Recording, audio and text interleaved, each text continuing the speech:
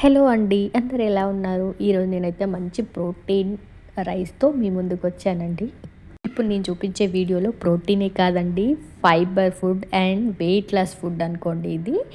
దీంట్లో చాలా బెనిఫిట్స్ ఉన్నాయి. ఇప్పుడు ప్రిపేర్ చేసిన రైస్లో మీరు కూడా తప్పకుండా ట్రై చేయండి. ఇది మాత్రం జిమ్ చేసే వాళ్ళకి, ఇంకా వెయిట్ లాస్ అవ్వాలనుకునే వాళ్ళకి మాత్రం చాలా యూజ్ అవుతుంది. సో వీడియోని ఎక్కడ స్కిప్ చేయకుండా తప్పకుండా చూడండి. వీడియో తప్పకుండా మీకు యూజ్ అవుతుందని అనుకుంటున్నాను.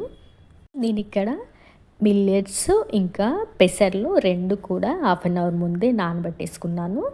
ఎందుకంటే పెసర్లు అనేవి తొందరగా ఉడకవు, కాబట్టి పెసర్లు ఇంకా మిల్లెట్స్ ముందు రోజు నైటే నానబెట్టుకోవాలి కంపల్సరీ. సో ఇంకా హాఫ్ అన్ అవర్ ముందైతే అందులో పెసర్లను కలిపేసి ఇంకా రెండు నీట్గా వాష్ చేసుకొని పక్కన పెట్టేసుకున్నాను. ఇంకా హాఫ్ అన్ అవర్ తర్వాత మనం ఈ రైస్ని కుక్ చేయడం స్టార్ట్ చేశాను.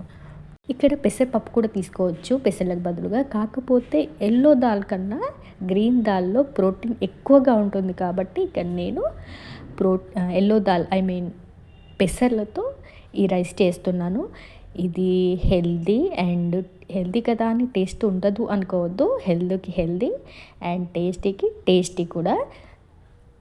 ఇంకా ప్రాసెస్లోకి వెళ్ళిపోతే స్టవ్ వెలిగించి ఒక గిన్నె పెట్టుకొని దీంట్లో ఆయిల్ వేసుకొని అలాగే 2 టీ స్పూన్ల నెయ్యి కూడా వేసుకోవాలి. వేసుకున్న తర్వాత దీంట్లోని కొంచెం జీలకర్ర, ఇంకా కొత్తిమీర, కరివేపాకు, పచ్చిమిర్చి వేసుకొని మంచిగా ఫ్రై చేసుకోవాలి. ఇవి ఫ్రై అయిన తర్వాత ఆనియన్స్ వేసుకొని మంచిగా మగ్గనివ్వాలి.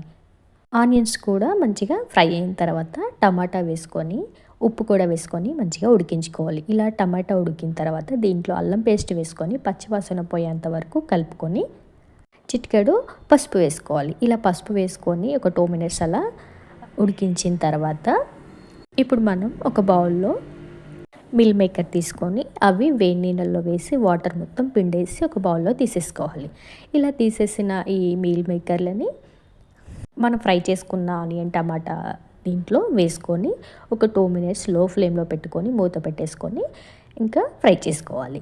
ఇలా 2 మినిట్స్ తర్వాత ఒకసారి కలిపేసుకోవాలి.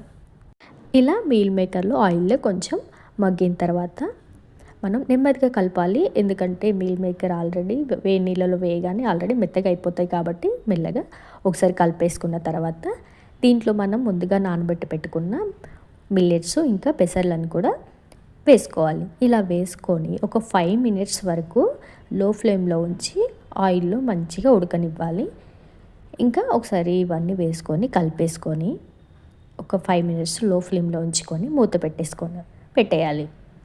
ఇలా పెట్టేసిన తర్వాత ఇంకా 5 మినిట్స్ తర్వాత దీంట్లో మనం ఎంత క్వాంటిటీలో మిల్లెట్స్ తీసుకున్నామో దానికి డబల్ క్వాంటిటీలో వాటర్ వేసుకొని ఒకసారి మంచిగా కలుపుకొని అలాగే సాల్ట్ కూడా చెక్ చేసుకొని మూత పెట్టేసుకోవాలి. ఈ ప్రాసెస్ ఇంకా మిల్లెట్స్ వేసి వాటర్ వేసిన తర్వాత లో ఫ్లేమ్లో కాకుండా మీడియం ఫ్లేమ్లో పెట్టేసి మంచిగా ఉడికించుకోవాలి. అలా అయితేనే మనకు పెసర్లు అనేవి మంచిగా మెత్తగా ఉడికిపోతాయి. ఇలా కలిపేసుకొని మూత పెట్టేసుకొని ఇంకా వాటర్ మొత్తం ఇంకిపోయిన తర్వాత మూత తీసి ఒకసారి దీనిపైన ఒక స్పూన్ నెయ్యి వేసుకొని సిమ్లో పెట్టేసి మూత పెట్టేసుకోవాలి. ఒక 5 మినిట్స్ వరకు అలా సిమ్లో ఉంచితే మనకి రైసు ఇంకా పెసర్లు అనేవి రెండు కూడా మంచిగా మెత్తగా ఉడికిపోతాయి. మిల్లెట్స్ కంపల్సరీ మెత్తగానే ఉండాలి, అలా అయితేనే మంచిగా డైజెషన్ అవుతుంది. కాబట్టి ఇంకా ఒకసారి పెసర్లు, మిల్లెట్స్ రెండు కూడా ఒకసారి చెక్ చేసుకోవాలి. ఇలా మెత్తగా ఉడికిన తర్వాతనే మనం స్టవ్ ఆఫ్ చేసుకోవాలి. ఇలా ఆఫ్ చేసుకున్న తర్వాత వెంటనే తీసుకోవద్దు. ఒక 5 మినిట్స్ వరకు ఆఫ్ చేసుకొని వదిలేయాలి. ఇంకా ఆలోపు మనం సలాడ్ కోసం అయితే కీరా లేదు, సో దాని ప్లేస్లో దోసకాయ కట్ చేసి పక్కన పెట్టేసుకున్నాను.